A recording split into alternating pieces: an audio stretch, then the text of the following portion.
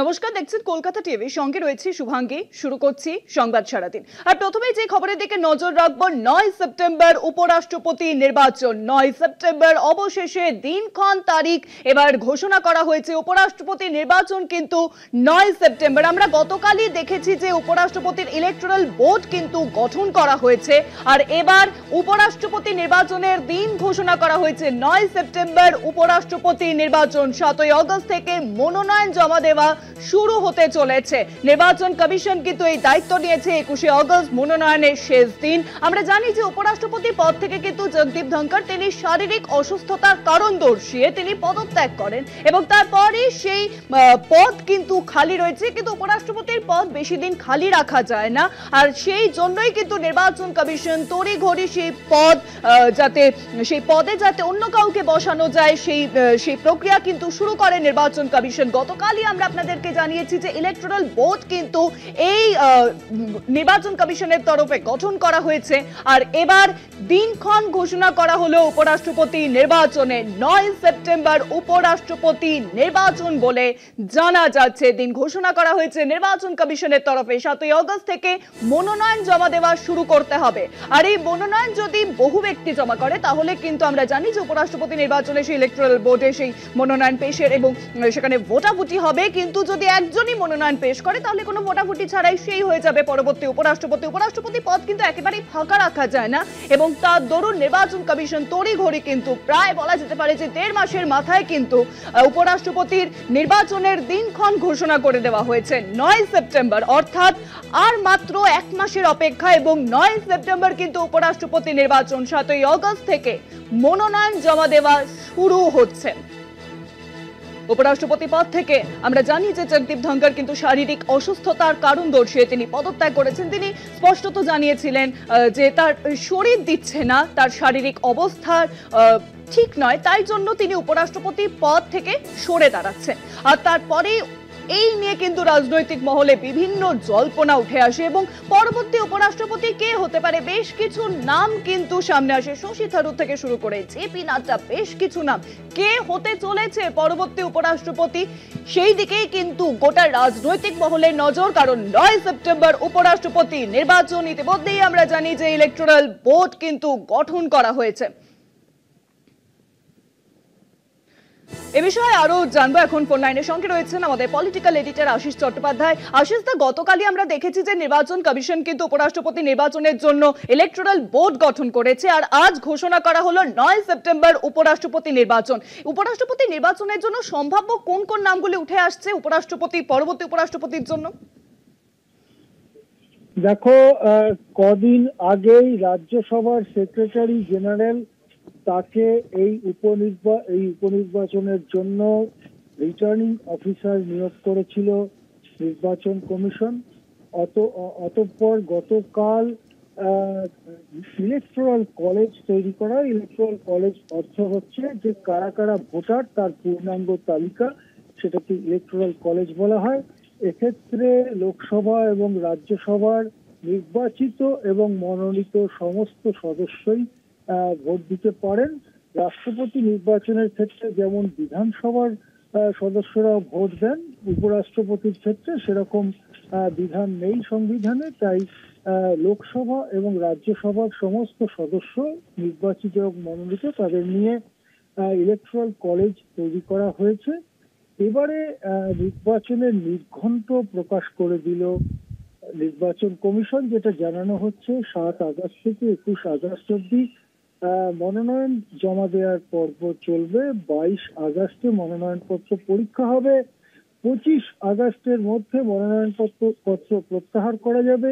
একাধিক প্রার্থী যদি লড়াইতে থাকে তাহলে 9 সেপ্টেম্বর নির্বাচন হবে। যদি একজনই প্রার্থী থাকে তাহলে 25শে আগস্টই নির্বাচিত উপরাষ্ট্রপতির নাম ঘোষণা হয়ে যাবে।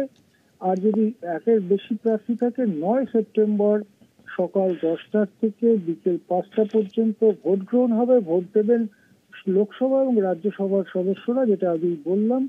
এরপরে ওই দিনই ভোট গণনা হয়ে যাবে। ভোট গণনা হয় প্রপোর্শনাল রিপ্রেজেন্টেশন পদ্ধতিতে এবং তারপরে বিজয়ী প্রার্থীর নাম ঘোষণা করা হবে। সাংবিধানিক প্রক্রিয়া অনুযায়ী এরপরে তাকে শপথ নিতে হবে। শপথ নেবার দিন জানানো হবে। পরে শপথ নেওয়ার পরে উপরাষ্ট্রপতি হিসেবে কার্যভার গ্রহণ করবেন নতুন উপরাষ্ট্রপতি। এখন এক্ষেত্রে প্রার্থীর ব্যাপারে দুই শিবিরেই আলাপ আলোচনা চলছে। শাসক শিবিরেও আলোচনা চলছে, বিরোধী শিবিরেও আলোচনা চলছে। এর আগে বিরোধী রাজনৈতিক জোট ইন্ডিয়ার তরফে এরকম ইঙ্গিত দেওয়া হয়েছিল, যদি প্রয়োজন হয় তারা কন্টেস্ট করবেন, সেক্ষেত্রে তারা প্রার্থী দেবেন। আবার শাসক জোটের পক্ষ থেকেও এরকম চিন্তা ভাবনার অস্তিত্ব আছে বলে জানা যাচ্ছে যে এমন কোন নাম যদি ঠিক করা যায় যাকে শাসক শিবির নিজেদের লোক মনে করে কিন্তু বিরোধী শিবিরও তাকে মেনে নেবে, সেক্ষেত্রে একটা সর্বসম্মত নাম ঠিক হতে পারে। এইরকম একটা চিন্তা ভাবনা। এসব চিন্তা ভাবনা খুবই প্রাথমিক স্তরের, কেননা আমরা একটু আগেই বললাম যে 21 আগস্ট পর্যন্ত সময় আছে, অর্থাৎ 21 দিন হাতে সময় আছে প্রার্থীর ব্যাপারে মনোভাব ঠিক করার জন্য। সেই জন্য প্রাথমিক স্তরের আলাপ আলোচনা চলছে দুই শিবিরেই, শাসক শিবির এনডিএ এবং বিরোধী শিবির ইন্ডিয়াতে। যদি কন্টেস্ট হয় তাহলে 9 তারিখে ভোট হবে, আর কন্টেস্ট না হলে 25 আগস্টই জানা যাবে ভারতের পরবর্তী উপরাষ্ট্রপতির নাম। হ্যাঁ, অনেক ধন্যবাদ আশিস। দা ফোন লাইনের সঙ্গে ছিলেন আমাদের পলিটিক্যাল এডিটর আশিস চট্টোপাধ্যায়। অর্থাৎ 9 সেপ্টেম্বর কিন্তু উপরাষ্ট্রপতি নির্বাচন, ইতিমধ্যেই ইলেকটোরাল কলেজ গঠন করা হয়েছে। উপরাষ্ট্রপতি পদ থেকে সরে দাঁড়িয়েছেন জগদীপ ধনখড়, এবং তারপর কে হতে চলেছে পরবর্তী উপরাষ্ট্রপতি সেদিকেই কিন্তু গোটা রাজনৈতিক মহলের নজর।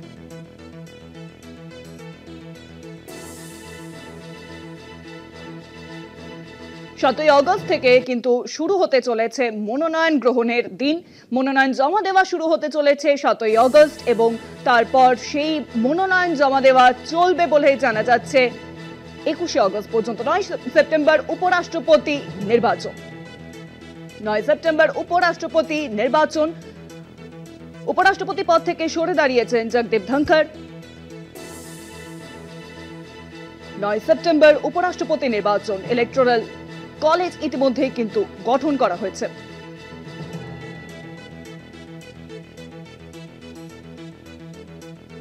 21 আগস্ট মনোনয়নপত্র জমা দেওয়ার শেষ দিন বলে জানা যাচ্ছে। 7ই আগস্ট থেকে শুরু হতে চলেছে মনোনয়নপত্র জমা দেওয়ার দিনক্ষণ, এবং 21 আগস্ট পর্যন্ত চলবে মনোনয়ন জমা দেওয়ার শেষ দিন।